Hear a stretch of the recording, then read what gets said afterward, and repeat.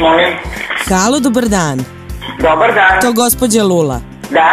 Poštovanje, Vesna Zakonović Areži na Radio S na vezi. Kako ste, jel vas ne prekidamo u nečemu doručku? Recite.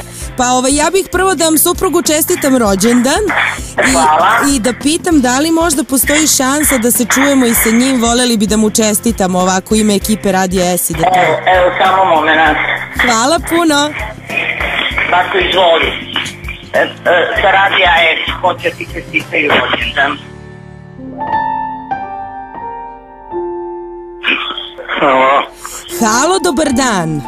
Dobar dan. Dragi moj bato, u ime ekipe Dana s Vesnom i ekipe Radija S, ja želim da vam čestitam rođendan i da vam kažem ovako od srca da vas puno volimo i poštujemo i da vam želimo sve najlepše u životu. Dobro, dušo. Kako ste? Hvala vam. Vama želim sve najbolje, bolje ne mogu. Dovoljno je ovo da smo mi raspoloženi, da živi i zdravi. Svaki dan napredujemo sve više.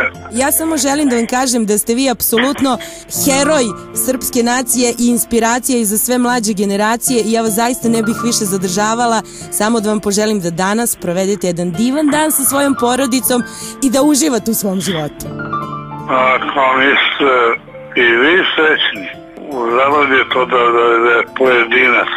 Dobro, jeste lepo da pojedinci budu, ali važno da mi svi zajedno budemo zadovoljni. Hvala vam puno, bato, ja vas više ne bih uznemiravala. Srećan rođendan još jednom.